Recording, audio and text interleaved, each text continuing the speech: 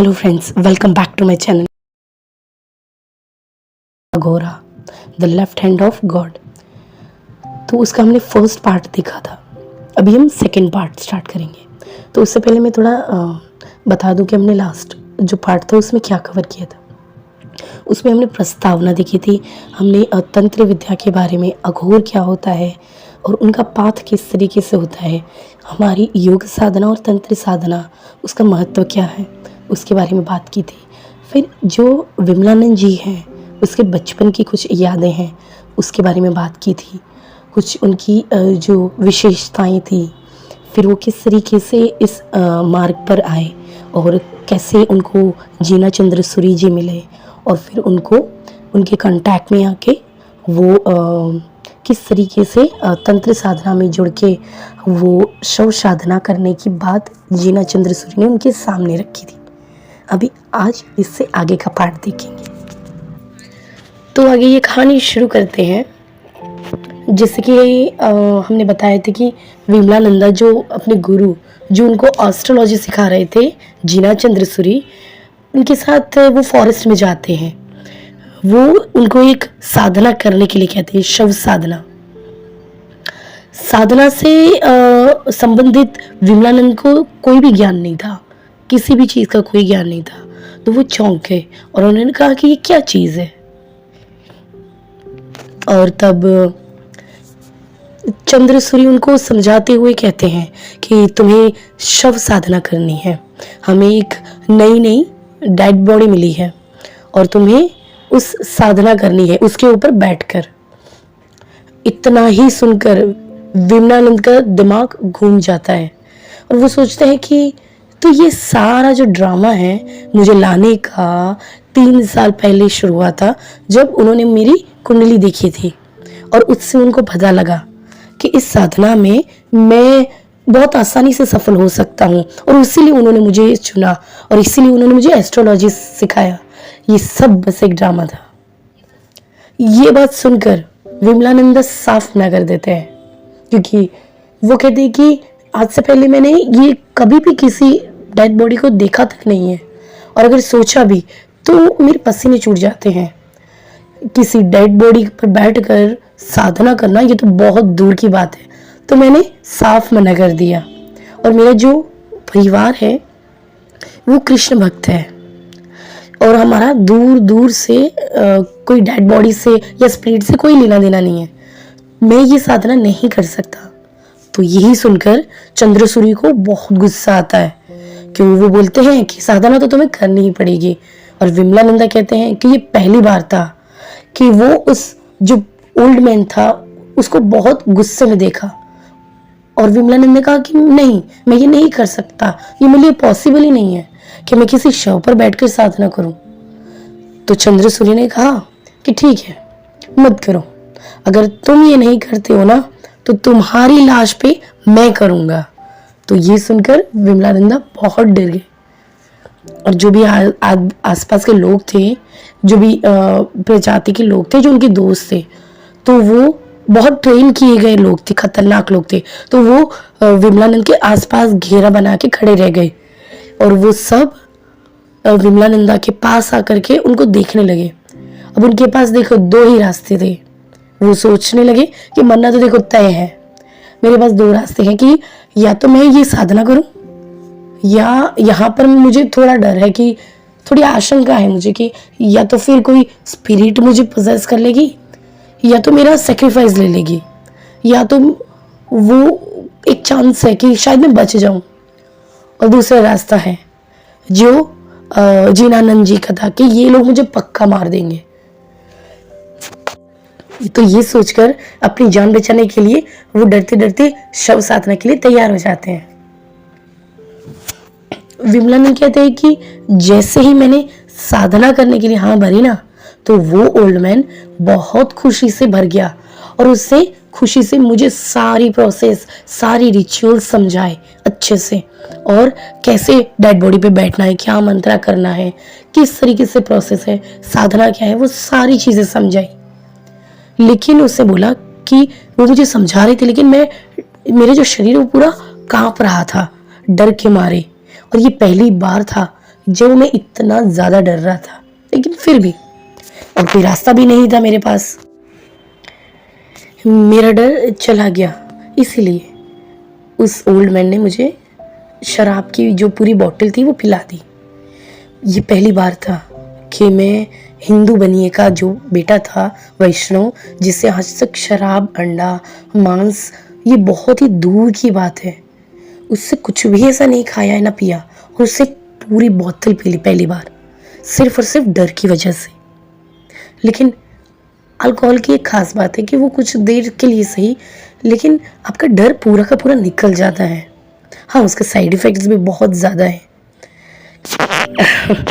देखो, आप अगर कोई भी ड्रिंक लेते हो तो आपका जो कॉन्शियस माइंड है वो जो चीज़ आप करने से डरते हैं उसको रोकता है कॉन्शियस माइंड, क्योंकि उसकी अपनी लिमिटेशन है। तो वो कॉन्शियस माइंड थोड़ा डाउन हो जाता है और सबकॉन्शियस माइंड का जो फैलाव है वो बढ़ जाता है। तो आपको अल्टीमेटली जो फियर है होता है वो लोअर फ्रिक्वेंसी दब जाती है। तो इसी तरीके से कुछ विमलानंद जी के साथ हुआ।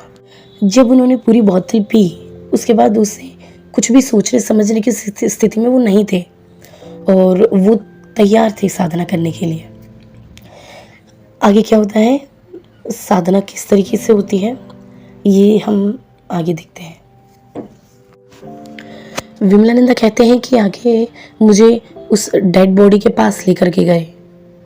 मैंने देखा कि वो एक लगभग 15 साल की लड़की थी, जो उसकी डेड बॉडी थी, बहुत ही प्रिटी, बहुत ही सुंदर थी।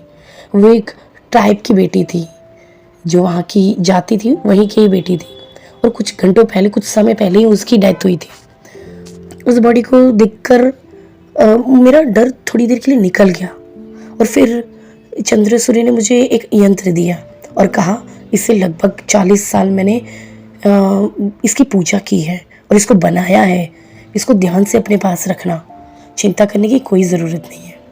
मैं यहीं पर ही पास में ही बैठा हुआ, कुछ 100 मीटर दूर, आपका प्रोटेक्शन करने के लिए मैं खुद भी पूजा के लिए मैं बैठा हूँ, और मैं कुछ मंत्रा रिपीट करता रहूँगा ताकि तुम्हारा प्रोटेक्शन बना रहे।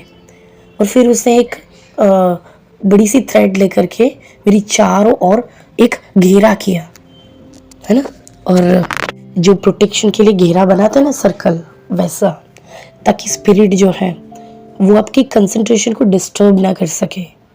और उसे कहा कि जब तक तुम इस सर्कल में रहोगे ना, तुम सेफ हो, और जिस पल तुम इस सर्कल से बाहर आ गए ना, तुम खुद एक स्पिरिट हो जाओगे, क्योंकि तुम मर जाओगे, है ना। उसके बाद उस ओल्ड मैन ने उन्हें एक मंत्र दिया जो रिपीट करना था और बार बार बोलना था, दोहराना था, माला की तरह, और माला भी दी थी। और मेरे सामने एक थोड़ा सा कच्चा मांस और एक बाउल में थोड़ी वाइन थी। ये मुझे ऑफ़र करना था माँ को खुश करने के लिए, ताकि मेरी जो पूजा है उससे वो सेटिस्फाई हो। और उससे मुझे कहा कि जब माँ अगर खुश होकर के तुम्हारे सामने आए ना और तुमसे पूछे ना कि माँ को क्या चाहिए, तो तुम कहना कि जो मेरे गुरु चाहे, ऐसा कह देना। और ऑफ कोर्स ये ओल्ड मैन का ही आइडिया था, जीना सूरी का। और विमलानंद जी ने कहा कि मैं ऐसा कुछ भी नहीं कैद करने वाला था, मुझे सिर्फ देखना था कि आगे क्या होता है। और जीना चंद्र सूरी थोड़ी दूर जा कर के बैठ गए और एक मंत्र का जाप करने लगे उसके प्रोटेक्शन के लिए, विमलानंद जी के। और उस डेड बॉडी का मुंह ओपन था और उसमें ऑयल फिल किया हो गया था, और वो इतना देखने में इतना ज़्यादा भयानक लग रहा था ना, क्योंकि अमावस्या थी एक तो, और चांद की रोशनी भी नहीं थी, और माला का जाप करना था, मंत्रा का जाप करना था उस डेड बॉडी के फेस पे कंसंट्रेट करते हुए। चंद्रसूर्य ने उसे वार्निंग दी कि अगर वो उठने की कोशिश करे ना तो उसको उठने मत देना। शव साधना का सबसे डेंजर पार्ट यही होता है कि कई बार जो डेड बॉडी होती है ना वो खड़ी हो जाती है और आपके चेहरे की तरफ वो देख करके चिल्लाती है। वहीं पर ही बहुत सारे लोग इस साधना में फेल हो जाते हैं, और इसीलिए कई सारे लोग ऐसी साधना करते हुए मारे गए हैं, क्योंकि उन्हें ये नज़ारा देख करके हार्ट अटैक आ जाता है। और उसके बाद उसे जप करना शुरू किया, मंत्रों को रिपीट करना शुरू किया। और वो कहते कि ज़्यादा समय नहीं हुआ था, मैंने कुछ ही मंत्र बोले थे और देखा कि अचानक मेरे सामने एक जानवर आया, भेड़िया था। वो मेरी तरफ घूर रहा था और दांत दिखा रहा था और उसकी आंखें चमक रही थी। वो कहते हैं कि मैं सब भूल गया उस समय पे कि मेरे सामने वाइन है, मेरे सामने डेड बॉडी है, कुछ मांस है, ये मुझे क्या कहा गया है। मैं सब भूल गई, मुझे पता नहीं कि मुझे क्या हो गया। और मैं एकदम से उठा और उस सर्कल से बाहर निकल गया और जो भेड़िया था उसको पकड़ लिया और कहा कि तुम्हें मेरा खून चाहिए ना, ये लो। और ऐसा कहकर उसने अपना हाथ जो है उसके मुंह में डाल दिया। इस शराब के नशे में वो सच में पागल हो गया था, बेहोश हो गया था एक तरीके से। मुझे नहीं पता कि अगर मैंने ये नहीं पी होती तो मैं क्या करता उस समय पे।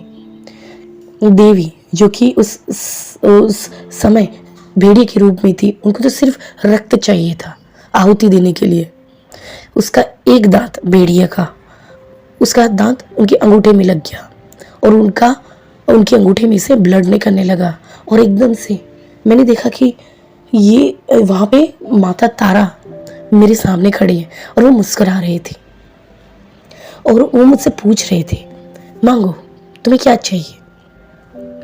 मुझे वो सीन बहुत अच्छे से याद है, मेरी आंखों से आंसू बहने लगे थे। वो समय था जब पहली बार मैंने माँ को देखा था। तो तुम्हें नहीं पता है कि वो कैसी फीलिंग होती है कि अगर तुम देख भी लो तो तुम शौक से मर जाओगे। वो बहुत ही लंबी थी, उनकी स्किन मिडनाइट ब्लू कलर की थी, बहुत ही ब्यूटीफुल थी, उनकी आंखें थी, वो उन्हें डिस्क्राइब नहीं किया जा सकता था। उनके मुंह से लंबी जीभ थी, वो खून से भरी हुई थी, वो कभी बाहर निकाल रही थी, अंदर डाल रहे थे, वैसा था। और बहुत ही बड़ी थी, उनके गले के आसपास मुंड माला थी, फ्रेश जो कटे हुए सिर होते हैं ना, उसकी माला थी जिनसे अभी भी खून टपक रहा हो। हाथों में और पैरों में हड्डियों की माला पहनी हुई थी। उनके एंकलेव पे सांप लटकते हुए थे। उनके चार हाथ थे और उसमें हथियार पकड़े हुए थे, एक शॉर्ड, नूज, स्कल। इंसानों के हाथों से बना हुआ स्कल्ट माँ ने पहना हुआ था। लेकिन मेरे लिए इस भयानक रूप के बाद भी वो इस ब्रह्मांड की सबसे खूबसूरत प्राणी थी। वो मेरी माँ थी। लेकिन जैसे ही मैंने उन्हें देखा कि मुझे लगा कि मैं तो माँ को पहले से ही जानता हूँ, मुझे पहले जन्मों से मैं उनको जानता हूँ। और मेरी जो साधना थी वो पता नहीं कितने सालों से जारी थी, जो आज जाकर के ख़त्म हुई। ये इसीलिए हुआ, वरना ये इम्पॉसिबल था मेरे लिए कुछ मिनटों में ये साधना पूरी करना। जब माँ ने मुझसे पूछा कि तुम्हें क्या चाहिए, तो मैंने कहा कि नहीं माँ, मैंने ये कभी मेरे लिए नहीं किया, मुझे कुछ भी नहीं चाहिए। ये जो आदमी दूर बैठा है ना, इसने ही मुझसे करवाया है।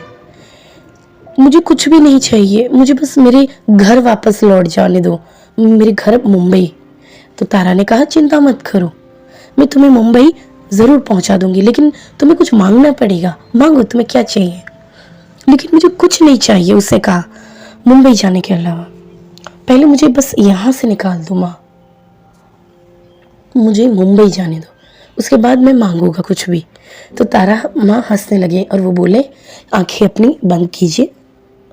विमलानंदा कहते हैं कि जैसे मैंने अपनी आंखें बंद करी और खोली तो मैं मुंबई में था, अपने बेडरूम में था। लगभग 15 मिनट तक मैं बस शौक में था और मैं पागलों की तरह, ज़ॉम्बी की तरह इधर उधर, दूसरे रूम से पहले रूम में इधर उधर घूम रहा था और खुद को कन्विंस कर रहा था कि मैं अपने घर पे हूँ। और फिर मैंने चैन की सांस ली और फिर मैं सो गया। इसके बाद घर में लगभग 11 बजे विमलानंदा की आंखें खुली और उन्होंने कहा कि मुझे इतना बुरा हैंगओवर था कि मुझे समझ नहीं आ रहा था कि मैं कहाँ हूँ। कुछ देर बाद बस मैं सोच ही रहा था कि ओल्ड मैन के बारे में, जिससे एक बार मुंबई आने दो। उसने जो मेरे साथ किया है ना, मुझे बहला फुसला कर, उसका उसको मैं सबक सिखाऊंगा या मैं उसको बताऊंगा। तो वो जैसे सोच रहे थे तो उनके हाथ में, उन्होंने देखा तो उनके हाथ में वो यंत्र था और माला पहनी हुई थी। तो वो देखकर वो चौंक गए और वो डर भी रहे थे कि, विमलानंदा कहते हैं कि अब मैं घर पे था, मुझे कोई डर नहीं था, कि मुझे यकीन ही नहीं था कि जो कुछ भी था वो क्या सच था। और वो फिर से साधना करने के लिए बैठ गए। जब यंत्र मंत्र जो भी थे उनको याद थे, वो उन्होंने वापस रिपीट करना शुरू किया। और जैसे ही कुछ उन्होंने जब पढ़े तो माँ तारा वापस से उनके सामने आई और उन्होंने, माता ने वापस से कहा कि बोलो बेटा तुम्हें क्या चाहिए। मैंने कहा कि माँ, मेरा कोई इंटेंशन नहीं था शव साधना करने का, वो मुझे करवाया गया, मुझे माफ़ कर दीजिए। माँ ने कहा कोई बात नहीं, मैं खुश हूँ। फिर उन्होंने कहा माँ, मुझे कुछ और नहीं चाहिए, मुझे बस इतना ही चाहिए कि आप हमेशा मुझसे मिलना है ये, और मुझे परमिशन दे अपनी साधना करने के लिए, ज़िंदगी भर आपकी पूजा करने के लिए। माँ ने कहा ठीक है, लेकिन मैं रोज़ यहाँ तुम्हारे घर नहीं आ सकती, तुम्हें उसके लिए शमशान जाना पड़ेगा। विमलानंद कहते हैं कि उसके बाद मैंने शमशान जाना शुरू किया था, क्योंकि माँ तारा के अलग अलग रूप है। माँ तारा ने कहा कि जिस रूप में आपने मुझे देखा है वो रूप मेरा शमशान में ही होता है और उसी रूप में मैं वहाँ पे आती हूँ।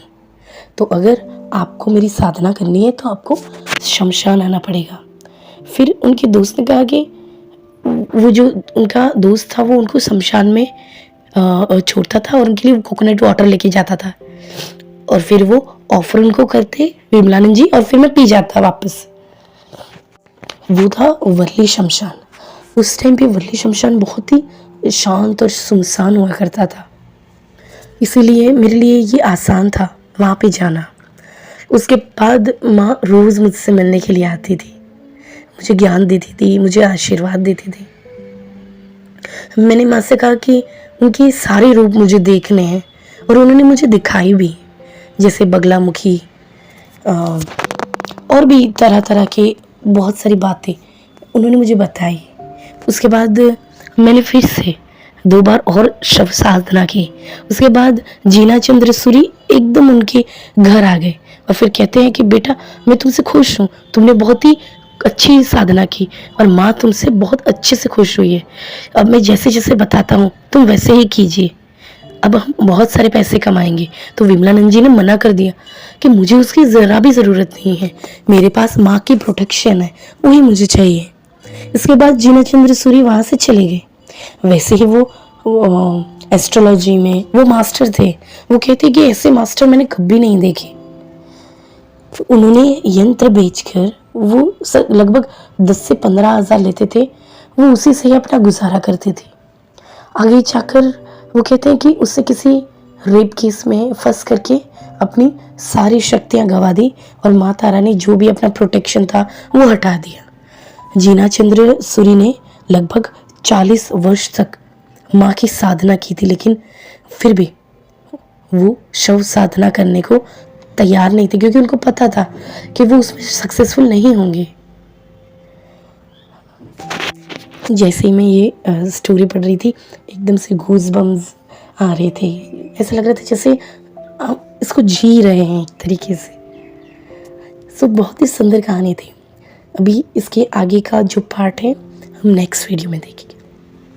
आपके कोई भी क्वेश्चंस हो तो आप मुझे कमेंट बॉक्स में बताइएगा। मुझे ध्यान से सुनने के लिए धन्यवाद।